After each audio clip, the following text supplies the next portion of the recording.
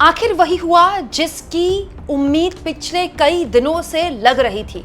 दोस्तों, महंगाई का अब तक का सबसे बड़ा बम फूटा है। इतना बड़ा बम जो साफ इंडिकेशन देता है कि अपनी कुर्सी की पेटे बांध लीजिए, क्योंकि अब मौसम बहुत बुरी तरह से बिगड़ने वाला है और ये मौसम सीधे सीधे आपकी घर गृहस्थी, आपकी नौकरी और आपकी जेब को प्रभावित करेगा।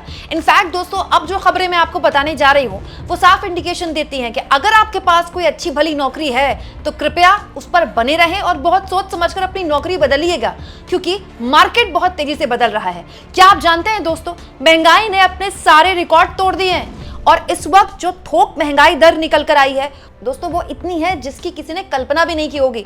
दोस्तों, थोक महंगाई दर अभी लेटेस्ट आई है, जिस वक्त मैं वीडियो रिकॉर्ड कर रही हूँ उस वक्त अप्रैल की थोक महंगाई दर आई है। ठीक है, जानते हैं कितनी हो गई है ये अब? 8.30, 8.30।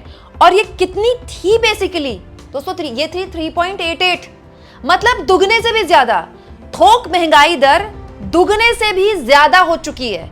पिछले महीने का ये आंकड़ा बताता है, मतलब उसने एक बहुत बड़ा जंप लिया है। दोस्तों, अगर थोक महंगाई दर बढ़ी है तो मतलब इसका ये हुआ कि आम जो रोजमर्रा की चीजें हैं ना, खाने का तेल हो गया या फिर फल सब्जियां, जो बेसिक चीजें हम खरीदते हैं, बिल्कुल बेसिक, चावल हो गई, दाल हो गई, वो सब महंगे हो चुके हैं या होने वाले हैं। यही साफ इशारा करते हैं।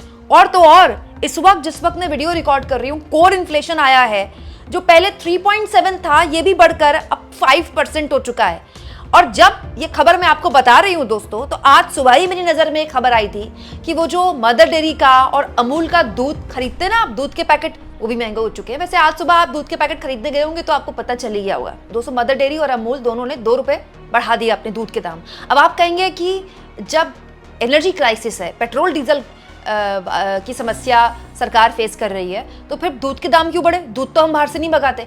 दोस्तों, जब ये वॉर चल रही थी तभी मैं आपको बता चुकी थी कि जो दूध के पैकेट होते हैं ना, ये जिस चीज़ से बनते हैं वो बहुत हद तक उसी मिडल ईस्ट से आती है। इसका रॉ मटेरियल बहुत इंपॉर्टेंट होता है। ये उसी वक्त ये इंडिकेशन थे कि दूध के दाम बढ़ सकते हैं, लेकिन चुनाव था तो कंपनियों ने अपनी लगाम कस रखी थी, तो अब सब धड़ाधड़ अपने दाम बढ़ा रहे हैं। यहाँ मैं आपको याद दिला दूं दोस्तों कि एक दिन पहले ही सरकार ने गोल्ड पर, सोने और चांदी पर इंपोर्ट ड्यूटी बढ़ाई है दुगने से भी ज्यादा, 6% से सीधे 15%। तो गोल्ड और सिल्वर के दाम पहले ही बढ़ चुके हैं। सोना चांदी तो महंगा हो ही चुका है।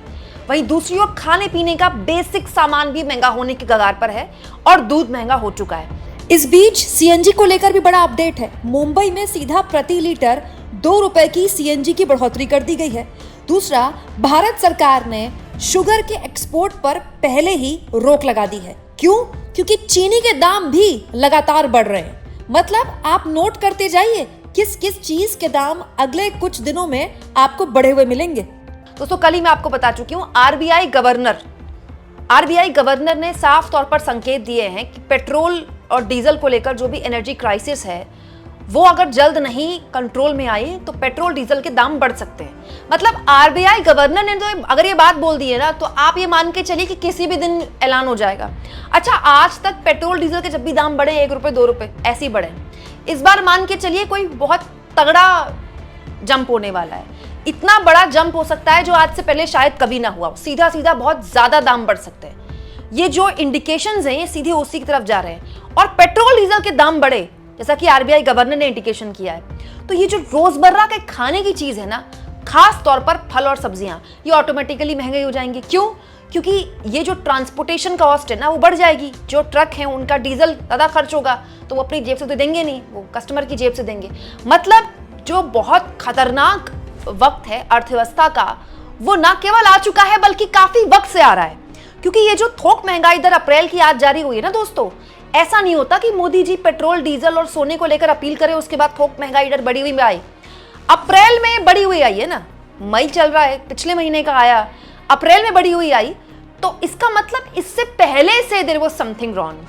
हाँ, तब आंकड़ा नहीं जारी हुआ। क्यों नहीं हुआ वो भी आप जानते ही हैं, सरकार का आंकड़े में क्या खेल है। लेकिन ये बताता है कि ये सब कुछ धीरे धीरे धीरे हो रहा था, जिसके बारे में अब जानकारियां फूट फूट कर आ रही हैं बाहर खूब। जब दोस्तों ये सब चल ही रहा है तो एक और खबर मैं आपको बता देती हूँ। रुपए तो लगता है कि गिरने का ऐसा रिकॉर्ड बना लिया है कि पूछिए मत। दोस्तों परसों मैंने आपको खबर दिखाई थी कि रुपया 95 पहुंच गया। कल जब मैंने आपको खबर दिखाई थी तो रुपया 95.7 चल रहा था, है ना। आज मैं आपको खबर दिखा देती हूँ। इस वक्त जब मैं वीडियो रिकॉर्ड कर रही हूँ, जानते रुपया कितना है? 95.9, ऑलमोस्ट 96 होने वाला है। भगवान ना करे ऐसा हो जाए कि कल जब मैं आपको खबर बता रही होंगी तो 96 हो चुका होगा रुपया। एशिया की वर्स्ट परफॉर्मेंस वाली करेंसी बन चुका है रुपया। दोस्तों और तो और एक बहुत ही परेशान करने वाला आर्टिकल भी मेरे सामने आया। नीति आयोग ने 2 साल के लिए तमाम कंस्ट्रक्शंस पर, जो बहुत बड़ी बड़ी मिनिस्ट्रीज़ हैं जैसे निर्माण भवन, उद्योग भवन, दोस्तों ये सरकार की मिनिस्ट्रीज़ के कॉम्प्लेक्सेस होते हैं, उसमें 2 साल के लिए कंस्ट्रक्शन का स्टे लगाने के लिए बोल दिया कि 2 साल के लिए अभी कंस्ट्रक्शन मत कीजिए क्योंकि वेस्ट एशिया क्राइसिस की वजह से दिक्कत हो रही है सामान में। ये कोई हल्की फुल्की हेडलाइन नहीं है। मतलब आप सोचिए मामला कितना सीरियस है कि नीति आयोग कह रहा है कि इस तरह के कंस्ट्रक्शन अभी टालिए। दोस्तों ये सब कुछ जब मैं आपको बता रही हूँ तो आपको ये भी बता देती हूँ कि इन तमाम संकटों और परेशानियों के बीच प्रधानमंत्री की कल से विदेश यात्रा शुरू होने वाली है। 15 तारीख से उनकी विदेश यात्रा शुरू होने वाली है। 5 दिन की विदेश यात्रा है। दोस्तों इसमें पीएम यूएई जाएंगे, नीदरलैंड जाएंगे, स्वीडन, नॉर्वे और इटली जाएंगे। मैं ये नहीं कह रही कि प्रधानमंत्री वहाँ घूमने जा रहे हैं, सरकार के कामकाज से ही जा रहे होंगे और ये तो पहले से ही प्रस्तावित होती है। लेकिन पॉइंट ये है दोस्तों कि ये जो छन छन के अब खबरें आने लगी हैं, थोक महंगाई दर भी बढ़ गई, रुपए की कीमत तो ऐसा लगता है कि मतलब ये तो हद ही हो रही है, ऐसा तो हमने कभी देखा ही नहीं। और आरबीआई गवर्नर कह रहे हैं पेट्रोल डीजल के दाम बढ़ सकते हैं। ये हमें किस तरफ ले जा रहे हैं? मतलब जब सरकार का मुखिया ये बोले कि सोना मत खरीदिए, इसका मतलब ये नहीं है कि सोना खरीदने से कोई पाप हो जाएगा या फिर पेट्रोल डीजल खरीदने से कुछ दिक्कत हो जाएगी। इसका क्लियर इंडिकेशन है कि सरकार ये कहना चाहती है कि जो विदेशी मुद्रा है वो कम खर्च करना चाहती है। पेट्रोल डीजल विदेशी मुद्रा से आता है, सारा पेट्रोल डीजल हमारा बाहर से आता है, सोना भी हम इंपोर्ट करते हैं। तो सरकार ये चाह रही है कि सोना खरीदने के लिए और चांदी खरीदने के लिए और पेट्रोल डीजल खरीदने के लिए जो विदेशी मुद्रा सरकार को खर्च करनी पड़ती है ना, वो बचाना चाहती है। ये सब जिन हालातों में मैं आपको बता रही हूँ, एक और चीज बता दूं, ये जो शेयर मार्केट में उथल पुथल चल रही है ना, हर दिन नई हेडलाइन बनती है, इतने लाख करोड़ डूब गए, इतने लाख करोड़ डूब गए। इसका एक बहुत बड़ी जो वजह है वो है विदेशी निवेशक का भागना। दरअसल दोस्तों विदेशी निवेशक का बहुत मोहभंग हुआ है अपने शेयर मार्केट से, और बहुत बड़े लेवल पर जो विदेशी निवेशक है वो भारत के शेयर मार्केट से जा रहा है। एक वक्त में जब ये शुरुआत हुई थी ना इसकी, तो निर्मला सीतारमण से पूछा गया था कि निवेशक जो है विदेश का वो जा रहा है, इससे आपको चिंता नहीं हो रही है?